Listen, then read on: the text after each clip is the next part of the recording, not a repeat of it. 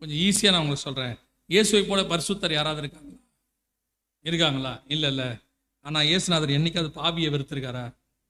பாவத்தை மட்டும்தான் வெறுத்தார். பாவியை என்ன செய்யலை? வெறுக்கவே இல்லை. அதே நேரத்தில் இந்த பாவியை பரிசுத்தவானா மாத்துறது இயேசுடைய வேலை. பாவி கூட இருப்பாரு, வெறுக்க மாட்டாரு, நேசிப்பாரு. அதனால பாவி பாவியாவே இருக்கணும்னு அர்த்தம் இல்லை. அவனை என்னவா மாத்தணும்? ஒரு நாள் இந்த 12 பேரும் அப்போஸ்தலராய் மாறுவார். ஒரு நாள் அவர்களுடைய உபதேசம் உலகத்தை காப்பாற்றக்கூடியதாய் மாறும். இவங்க வேறு பிரிச்சாங்க, இயேசுகிட்ட வந்துட்டாங்க.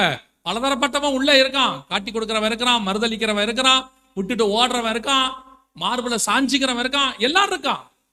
எல்லாருக்கும் ஒரே மாதிரி தான். கர்த்தர் அங்க பாகுபாடே கிடையாது. அவனுக்கு முக்கியம், இவன் முக்கியம், அதெல்லாம் கிடையாது.